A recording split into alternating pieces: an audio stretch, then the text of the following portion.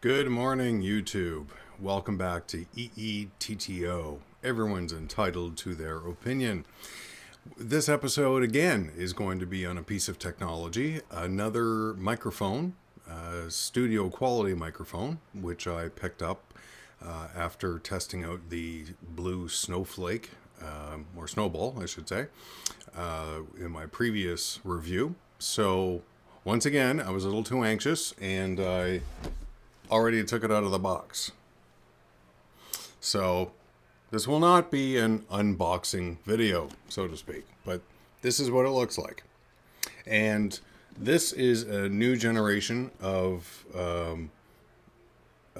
condenser mics from Blue, very high quality. The previous Spark was, I believe, analog and came with an XLR or the 3 or 5 prong jack that goes into it. So you had to have some other way if you were going to shoot YouTube videos from your computer, as I do, to get it into your editing software. But this one, the digital version of Spark, comes with a USB connection, much like the Snowball from Blue. Now, what I noticed, and what you may notice in this video, because I'm actually using the microphone right now, but I will pick it up and show you, is that it comes with, I might as well just pick it up and show it to you now. It's very aesthetically pleasing to the eye. It's not complementary to my desktop setup. It's not black and silver. Like the Snowball, but it is blue. I think it only comes in blue, and but it does come with this nice, very hefty stand, and it swivels in the middle.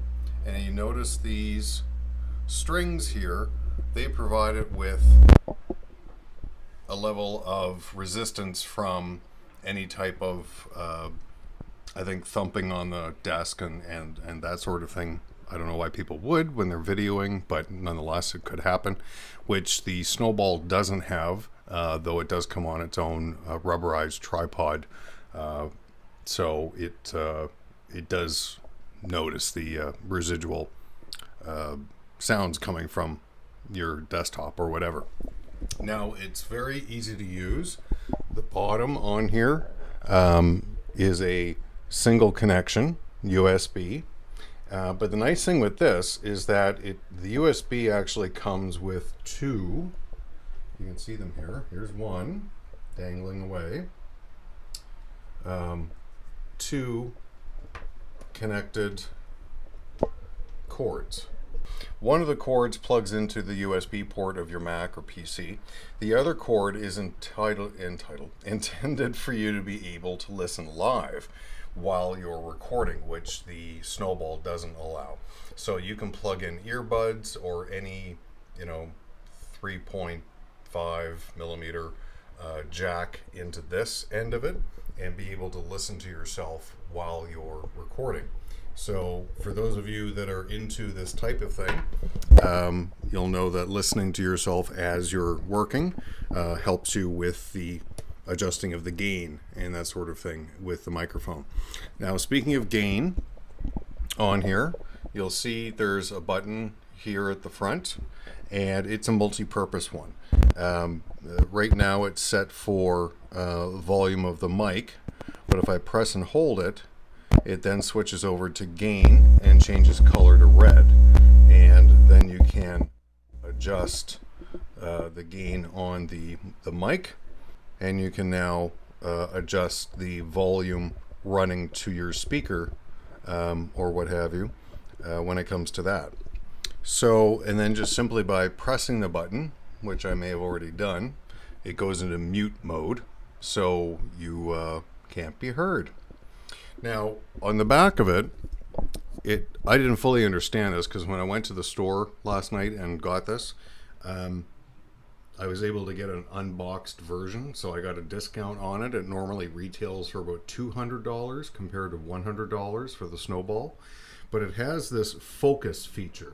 And when I opened up the box, it didn't have an instruction manual with it, so I was working under the assumption that focus on means that it would be unidirectional to some respect, much like the setting on the Snowball and some other microphones, which allow you to adjust just what part of the mic is going to be active to try to get rid of the background noise. So it's set for focus on now, and now I'm turning focus off. And apparently, what I've learned since is that this has nothing to do with the direction of the microphone. It has more to do with the sound of the bass. So I've switched focus back on again. I don't know if we could tell the difference there. I haven't really tested that feature out for myself. Anyway, it's very solid. It's adjustable, as you can see here. It's very convenient hooking up to the computer. And one thing I learned from a fellow YouTuber is that with this second plug, because it's actually sending out audio, if you wanted, you could buy I'll just call it an extension cord for lack of a better term, but if you have a DSLR camera with a mic input, typically the shotgun type of mics that you would put or mount into the shoe on the top of your camera does have a short cord that you would plug into the DSLR camera for audio input, and that of course is very handy to have.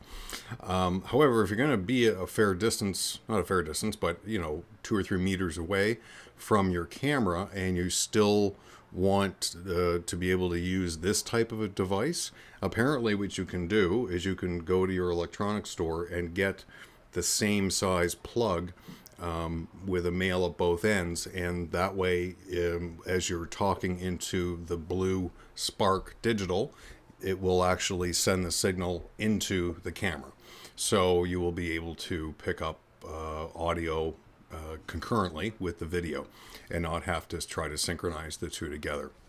So what is my opinion on this one? Well, I believe that this is an awesome microphone.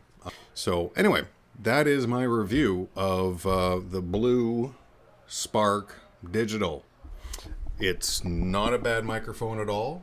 It normally retails around $200, and I would definitely say it's worth the money if it suits your purpose. And in my case, it does not suit my particular purpose, but that doesn't mean it's not a great product. So definitely a thumbs up on this one, just not for me. Anyway, you guys have a great day. Please comment below. Feel free to subscribe. And you've had your dose of EETO and my opinion. You take care.